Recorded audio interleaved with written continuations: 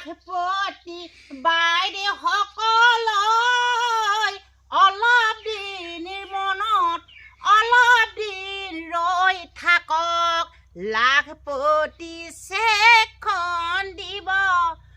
অলপ দিনৰ আগে আগে সেই চেকখন পালে হ'ল বাইদেউসকললৈ বহাগ বিহুটো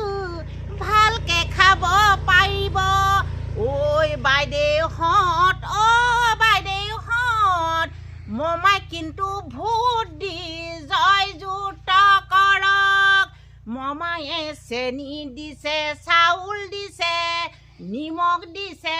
যদি মমাই আকৌ জিকে তেলটো দিব ঐ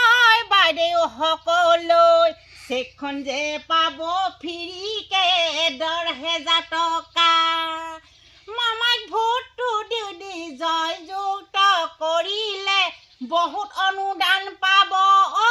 বাইদেউসকললৈ নাথাকিবা ৰৈ সকলোৱে চেকখন পাব আশা কৰক বিহুটো কিন্তু ভালকে খাব পাৰিব ঘৰখন চলিব পাৰিব কিন্তু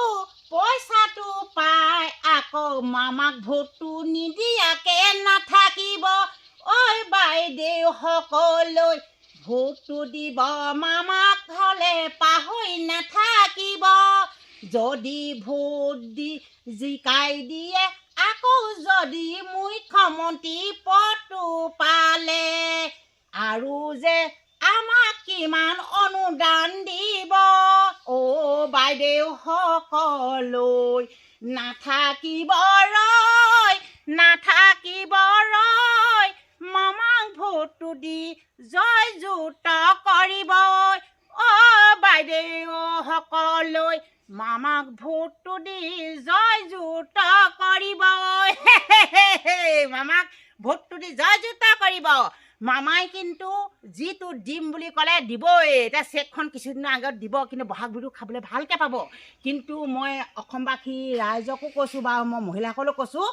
কিন্তু চেকখনত 10,000 চেক পাব